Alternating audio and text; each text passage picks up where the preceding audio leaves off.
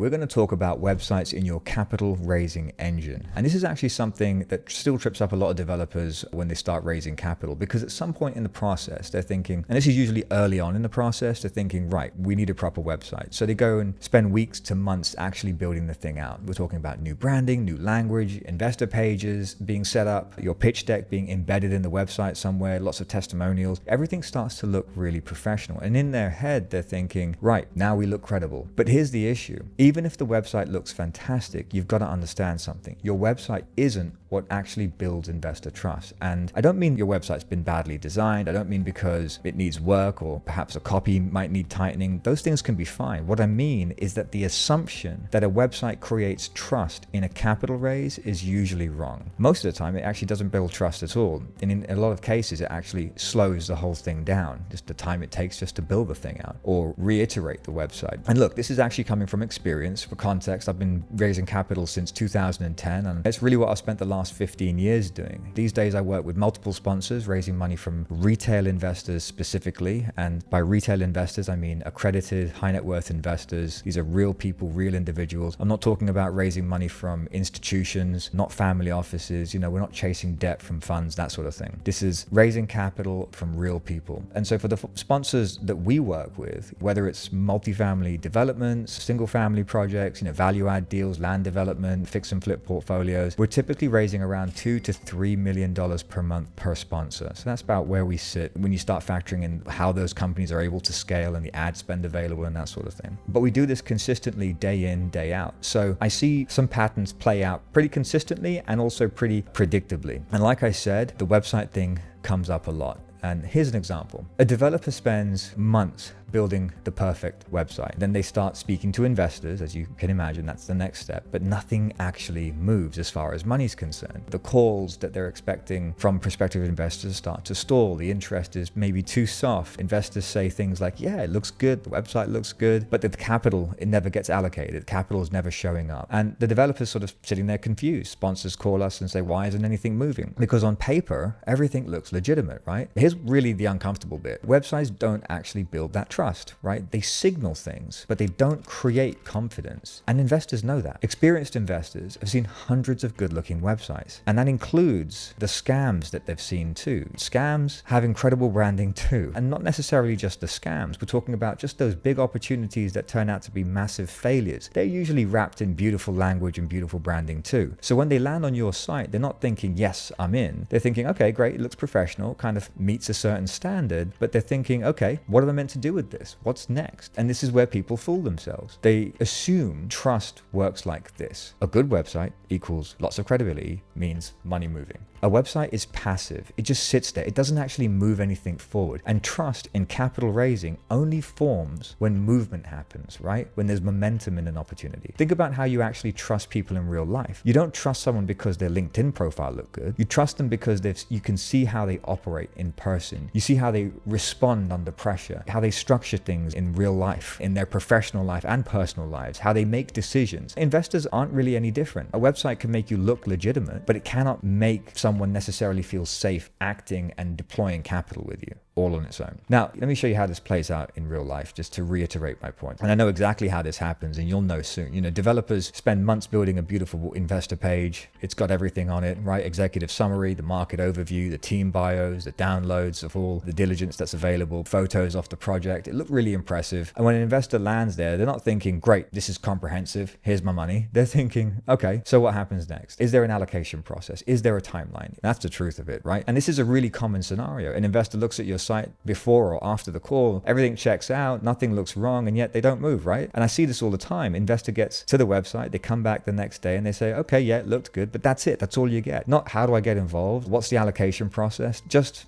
hey, your website looked good. But that's your signal. If you get that, don't be disheartened. That's your signal to do something. Because saying something looked good means nothing. And nothing on that website moved the decision. So that's your signal. It didn't answer the question about what they're supposed to do next. It just confirmed that perhaps the deal exists. I see another version of this too, actually. A developer is on a call with an investor. The investor asks a question. Instead of answering that question in the moment, the developer says, oh, it's all on the website. I'll send you the link. Oh, that's bad. The investor opens the link. If they scroll around for 10 minutes, they see the photos, they see the language, they see the projections, and then guess what happens next? They close the tab. Not because there's anything wrong, not because your website looked bad necessarily, just because nothing actually moved in that to the next stage. It didn't move the conversation forward. The website just replaced the conversation instead of advancing it. And by the way, this is the exact same thing that happens with the way people treat data rooms, right?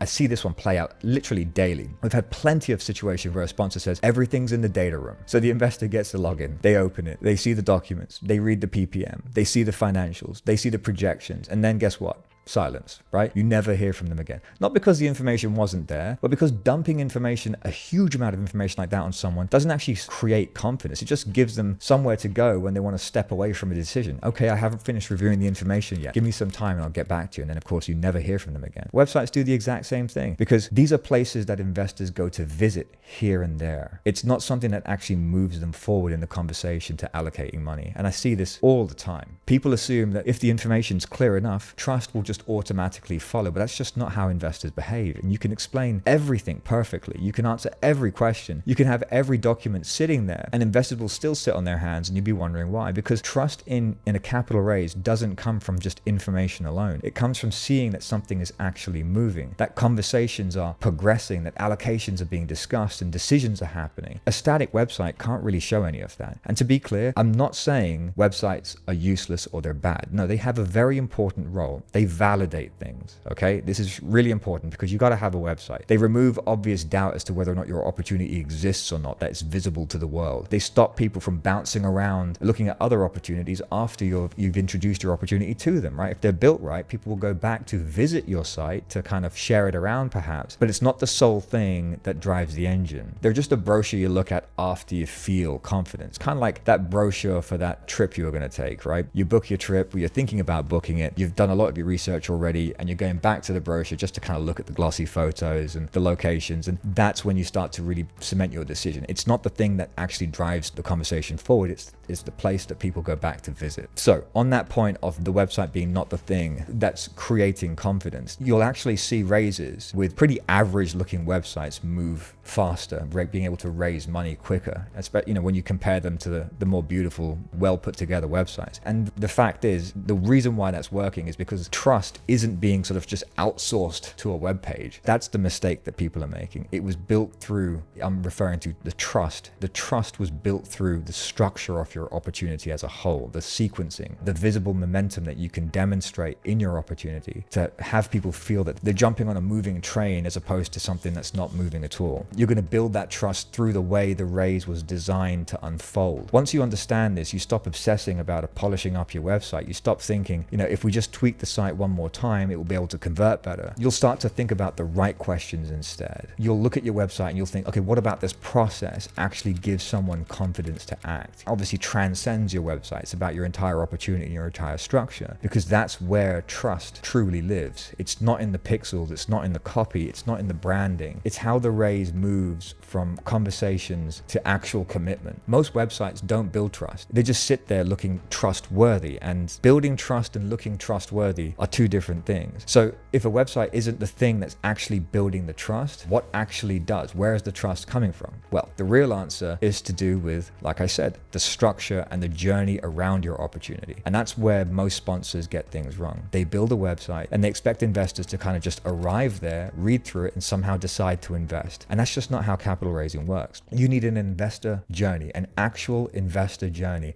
And that usually starts somewhere before the website ever gets involved, right? You run separate funnels, which are specifically designed to capture attention first, something that explains the opportunity in a structured way and gets the investor to take a specific action. In our case, it's usually scheduling a call, because that call is where trust building really starts. That's where someone can actually walk them through a process, answer questions, understand what type of investors they are, and guide them through the due diligence process properly. And then from there, the website simply becomes a reference point, a place that someone goes back to visit here and there. They'll check value validate information. They'll look at the materials again. They'll share it with their spouse, their friends, their associates, doing that in the context of a conversation that's already happening, that's already in motion. They're not just kind of cold browsing. And in most serious capital raises, the website is only one part of a very bigger tech stack. For example, when we build the infrastructure for our sponsors, the website is only one layer. It's just the surface layer. Behind there is an entire system. We've got funnels that capture interest from different demographics. And funnels, by the way, are effectively a bunch of different,